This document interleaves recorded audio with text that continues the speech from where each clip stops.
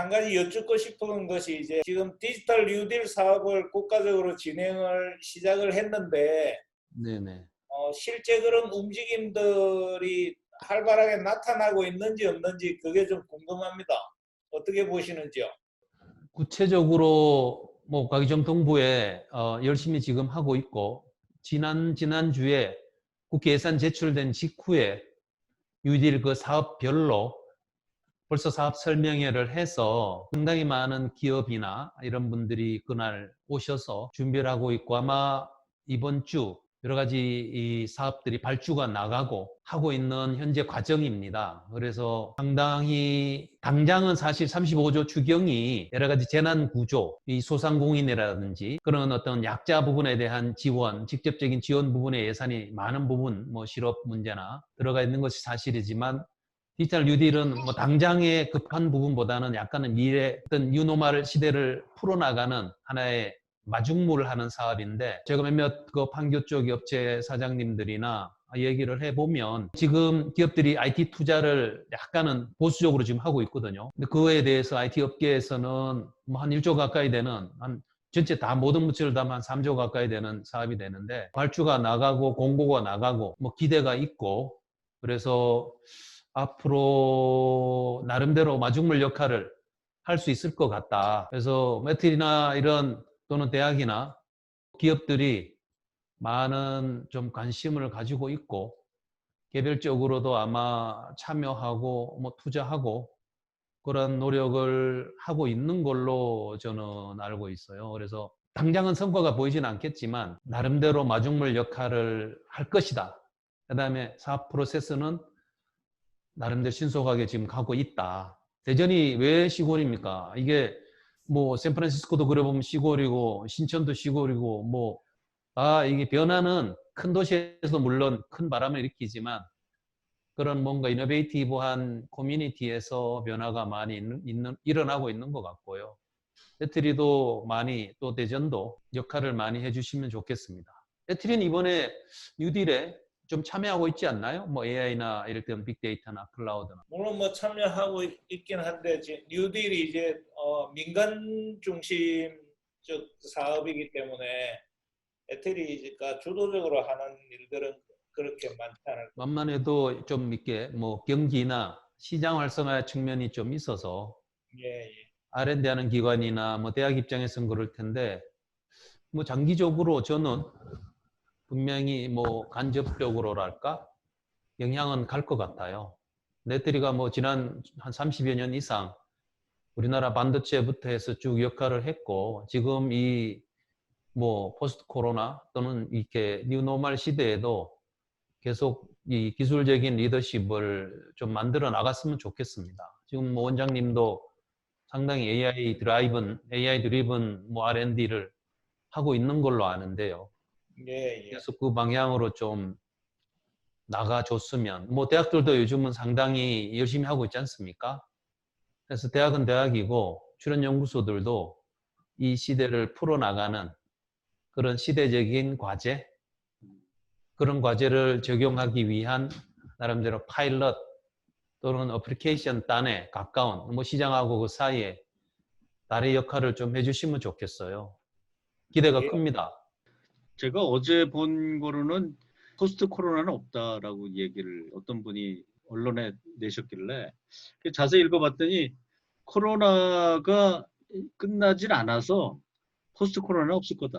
뭐 이런 얘기를 이제 주로 쓰셨더라고요. 그래서 참 그 암담한 현실인데 뭐 즐거운 거는 그 와중에서도 이번 달에 우리나라가 뭐 무역 수지가 흑자라며 뭐 30억 달러 이상 흑자라고 얘기를 들어가지고 다른 나라에 비해서는 굉장히 조건이 좋다라고 하는 얘기를 들었습니다. 그래서 최근에 기자들이 궁금해하는 거는 그 과거의 IMF 시절처럼 우리나라의 뭐 굉장히 많은 자원들을 디지털화하든가 아니 뭔가 베이스를 만드는 그런 데다 쓰여졌으면 더 좋겠다라고 하는 게 이제 의견인데 본부장님은 디지털 뉴딜에 대한 예산이 뭐 예를 들어서 빅데이터를 만들거나 아니면 뭐 5G에 대한 인프라를 만들거나 뭐 이런 것들이 사실은 향후를 더 좋은 것이라서 민간에 직접적으로 뭔가 이렇게 혜택을 받을 만한 건 별로 없을 것 같은 느낌인데 어떻게 생각하세요? 아닙니다. 아까 제가 장표도 보여드렸지만 예, 예. 뉴딜 안에 뭐 예를 들면 데이터, 이렇게 AI가 하려고 그래도 데이터가 풍부해야 되거든요. 그래서 예. 작년에 빅데이터 플랫폼 10개 선정을 해서 지금 뭐 데이터 거래소도 생겨서 벌써 데이터 거래까지 되고 있고요. 예, 예. 지금 이번에 뉴딜 거기에서는 5개 더 하겠다는 거 아니겠습니까? 그래서 그런 부분들이 추가되고 그런 어떤 디지털화된 데이터. 과거에 국가기관 전산망 사업할 때나 이럴 때는 파일이었어요. 예, 예, 예. 파일이죠. EBMS도 없었고 뭐 그런 시대인데 우리나라는 상대적으로 디지털라이즈 된 데이터는 많은데 그걸 알고리즘이나 이렇게 엮어가지고 풀 수 있는 것들은 아직은 좀 부족한 부분이 있는데 이번에도 한 5개 정도 더 하면 작년에 10개, 15개 큰 분야별로 한 100개 정도 만들어지는 건데 원래 이번에 또 그런 게 한 50개 정도 더 늘어나면 주요한 분야, SOC나 뭐 이런 많은 분야에 하나의 AI로 넘어가기 위한 씨앗들이 많이 뿌려진다. 그렇죠. 예. 그 다음에 그 씨앗들이 유통이 되는 5G 분야는 작년에 우리가 세계 최초로 했고 가입자 숫자가 약간은 코로나 때문에 많이 늘어나지 않은 부분은 있지만 꽤 많이 지금 이런 재료들이 생겨나고 있어서 거기에 조금은 뭐 이렇게 퍼블릭 서비스에 완전히 시장은 시장이 해야 될 부분이고요. 또 퍼블릭 서비스에 필요한 것들도 예를 들면 예. 학교에 뭐 광케이블이 다 들어가 있지만 교실까지 뭐 와이파이가 되든 뭐 유선이 되든 해서 선생님들이 이제는 학생들이 오든 아니면 집에서 인터넷 교육을 받든 간에 나름대로 이 네트워크에 에러나 장애가 바들락이 생기지 않도록 예. 이게 뭐 진료 헬스 쪽도 병원이나 뭐 집에 여러 가지 어떤 디바이스나 아직 이 스마트 뭐 진료에 대한 사회적 합의가 좀 있는 부분은 있습니다만은 뭐 갈수록 할 수 있는 그런 인프라 고속도로를 뭐 5G라든지 뭐 그런 중심으로 지금 옮겨가고 가기 위한 뭐 서울시 같은 경우는 지금 와이파이를 전역에 깔겠다는 것이 아니겠습니까?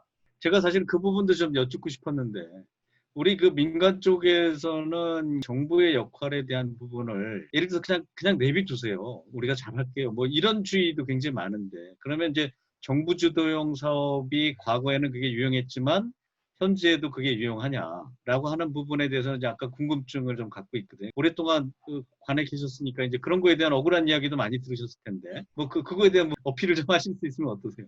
이게 참 어려운 숙제입니다. 정부 역할하고 아까 제가 장표를 보여드렸는데 초기에 80년대, 뭐 90년대, 2000년대는 시장 자체가 아예 없었어요. 그렇죠. 그러니까 당연히 규제도 없었죠. 지금 중국이 어떻게 보면 이 기술 이 캐치업을 빨리 해왔는데 왜냐하면 그에 대한 시장 자체가 아예 없으니까 어떤 파일럿 사업이든 손쉽게 할 수 있었는데 지금은 우리가 할 수 있는 많은 분야에서 그런 어떤 투자나 뭔가 관계가 만들어졌어요. 그래서 이해관계가 있다 보니까 그 변화를 만들어야 되는 그런 부분이 있어서 이 규제를 풀어야, 그러니까 아까 말씀처럼 좀 내비두세요. 뭐 지난주에도 국회 뭐 모임이 만들어져서 뭔가 뭐 규제 샌드박스라든지 규제 프리존 많은 뭐 임시 사용 허가제 제도 융합 촉진법이라는 법을 만들어서 지금 현재 샌드박스의 근거가 되는 법이 그런 부분인데 우리 사회가 저는 이 쭉 보면 많이 이제는 분화가 되고 전문화가 되고 그렇게 해서 그 제도 예를 들면 헬스 또는 학교 공인인증서 뭐 개인정보 보호 또는 모빌리티 뭐 자율차 빅데이터 등등등등 많은 분야로 분화가 되고 전문화가 되고 기술이나 기업이나 또 이해관계자나 그런 부분들이 상당히 조직화되고 해서 뭔가 기업들이 새로운 투자를 해서 뭘 하고자 할 때 득보는 대체로 보면 베네피스를 보는 기업이나 그런 집단들은 얘기를 안 합니다. 그렇지만 조금 문제가 있는 분들은 요즘은 미디어가 뭐 1인 미디어 시대이기 때문에 바로바로 뭐 청와대에 뭐 막 올리고 가지 않습니까? 그래서 상당히 사회적 갈등으로 손쉽게 변질이 되는데 조금 우리가 이게 문화, 규제 완화를 한다 그럴 때 일방적으로 탑다운식으로 하던 시대는 이제는 갔어요. 사회적 합의 과정을 거쳐야 되는데 좀 그 과정 부분에서 조금 좀 유연하게 갈 필요가 있다. 이게 이 중간에 뭐 이념이나 이런 문제까지 막 끼어들여서 순수하게 그런 어떤 분야의 논의가 되는 게 아니라 자꾸 변질이 돼서 그런 다른 어떤 논리로 막 발전을 해버려요. 그래서 나는 규제 완화, 규제 철폐는 중요합니다. 우리 사회가 어느 사회든 간에 새로운 기술을 도입하기 위해서 그 기술, 혁신이 일어남으로 인해서 혜택 보는 측, 뭔가 문제가 이런 측이 있는데 양자 간에 합의를 만들어내고 하는 그 프로세스, 그런 경험, 서로 만나고 중간에 중재하고 경제적으로도 뭔가 피해보는 사람한테 보상 제도를 해주고 또 사회적으로도 잡을 잃으면 새로운 잡을 그런 어떤 기회를 만들어주는 어떤 그런 노력들이 구축이 돼줘야 되는데 우리는 그런 부분이 되게 좀 완고하다라고 좀 느낄 때가 많습니다. 말은 다 규제 완화 다 하자. 기업들도 지금처럼 어려울 때는 뭐 기업들이 할 수 있다 하는데 구체적으로 이제 들어가서 법을 바꿔서 어떤 좀 손해 보는 데서 막 머리끝 메고 막 이렇게 가면 그 주제, 그 이슈에 대한 부분에 가서 논의를 하고 정리를 해줘야 되는데 그게 밖으로 전파가 되고 딴 거에서 무슨 연대가 되고 막 이렇게 되면 본질을 벗어난 다른 주제로 넘어가 버리니까 답이 없는 거예요. 딴 것도 못 나가고. 그래서 우리 사회, 우리 경제가 비즈니스 모델이 좀 더 유연하게 갈 수 있는 그런 어떤 양보하고 타협하고 하는 그런 것들을 이끌어내는 지금 뭐 협회라든지 뭐 법률이나 여러 가지 시스템은 있습니다만 좀 더 기득권이 가진 분들이 제가 보기에는 저기 정부가 직접적으로 이렇게 우리 민간의 개입이라고 하는 용어가 좋지 않을 수 있겠지만 개입을 하는 게 좋은지 아니면 그거에 대해서 그냥 그 레프리로서의 역할이 더 필요한 건지 제 생각에는 예전에 그 행안부에 계실 때 개인정보보호법을 만드셨고 그때 당시에는 그게 굉장히 필요했다라고 생각했는데 지금은 좀 시대가 바뀌어졌잖아요. 이제 그런 부분에 대한 이야기를 좀 해주시면. 정보통신부가 없어져서 행정안전부에 제가 있을 때인데 한 10여 년 정도 개인정보에 대한 뭐 유출 사고가 많이 나왔고요. 해킹 사고 뭐 이렇게 디스크가 통째로 막 그렇게 해서 문제가 됐었고 했던 그 상황에서 법이 필요하다는 목소리가 있었고 얘기가 여러 가지 사회단체 뭐 시민단체에서 요구가 돼서 결국은 법안이 성안에 대해서 몇 번째 그때도 제가 봤을 때 한 세 번째인가 이제 더 이상 물러설 수가 없다. 그래서 시민단체들하고 해서 개인정보보호법 제정안이 이제 상정이 됐고 정부 입법으로 갔죠. 그래서 가서 여러 가지 시민단체하고 학자들하고 논란이 많았는데 결국 그때 우리가 법안 준비하면서 약간은 유럽 쪽의 프라이버시 그때 5원칙 지금은 그게 8원칙으로 바뀌었는데 그런 것들을 참조해서 좀 세게 본인 동의 없이는 절대로 이렇게 재활용할 수 없는 물론 뒤에 공익 목적이나 이런 부분도 풀어놓긴 했습니다만은 입법이 됐습니다. 그 입법될 상황은 한 지난 10여 년간에 그 얘기고 그래서 그때 개인정보보호위원회라든지 여러 가지 기구도 생겼고 그래서 지금 8년 이제 뭐 올해 들어와서 9년 논의된 거 한 10년 가까이 그 제도 운영을 했어요. 이제 AI 시대 빅데이터 시대가 왔는데 이 새로운 규제로 작용을 하는 거죠.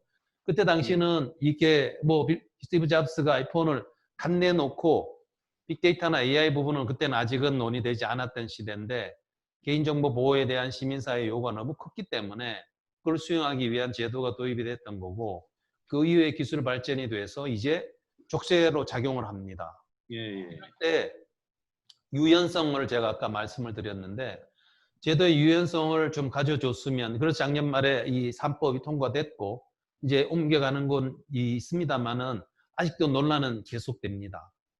그래서 이런 어떤 어려운 국면에서 제가 아까 좀 말씀드리려 했던 아쉬운 대목이 바로 그런 부분인데 도입될 때의 필요성은 있고 어느 정도 운영이 돼서 우린 역사 사이클이 빨라서 5년, 10년 정도 되면 상당히 모초화되고 제도가 벌써 부작용이나 그런 이해관계가 만들어지면 새로운 요구에 변화에 저항이 생기는 거거든요. 새로운 요구를 하는 층, 그 다음에 그 저항, 뭔가 기존 이익을 지키는 층, 그 사이가 그대로 부딪혀버리면 답이 없습니다. 이럴 때 시민단체 또는 어떤 제3의 그룹들이 나와서 손해보는 측에 대해서 경제적으로 또는 사회적으로 뭔가 가치 배분을 좀 바꿔줘서 보상을 해주고 새로운 뭐 금융정보든 무슨 뭐 지금 헬스정보든 개인정보는 이 인권 차원에 봐야 됩니다. 저는 그거를 뭐 최근에 여러 가지 사건도 많습니다만 보호돼야 되지만 또 다른 측면이 있는 거거든요. 그래서 그 측면을 서로 조화시킬 수 있는 중간에 역할을 해주는 그런 어떤 뭐 조직, 개인, 또 메커니즘이 만들어져서 이런 이슈가 있으면 그게 작동에 대해서 논란이 되고 또 그 중간에 타협에 대해서 다시 3년, 5년 가서 또 문제가 있으면 또 고쳐나가고 하는 그런 메커니즘이 필요한데 아직 우리는 자꾸 그런 문제가 생기면 극단으로 타협을 하면 누군가 양보를 하면 마치 그게 루저가 되고 뭔가 이렇게 하면 마치 이승자가 되고 하는 그런 식으로 가니까 양보도 안 하게 되고 나는 그런 부분들을 좀 소위 말해서 좀 리딩 그룹들이 이게 뭐 권력을 가졌다 돈을 가져갔다 이런 부분이 아니라 사회적으로 그런 메커니즘을 만들어 나가는데 좀 더 많은 노력 이 사실은 결론은 예, 예. 뭔가 그런 이 중간에 그런 전 보험 뭐 이렇게 이런 얘기를 많이 하는데 뭔가 금전적으로 쌓아서 피해를 보는 사람한테 기업에게 그런 보상을 해주고 뭔가 다른 길을 만들어주는 그런 거를 해나가자. 그래서 피해받은 부분을 100%는 안 되겠지만 일자리가 되든 수익이 되든 뭐가 되든 보상을 해주고 그래야 이쪽에서 해줄 수 있는 부분이 있으니까.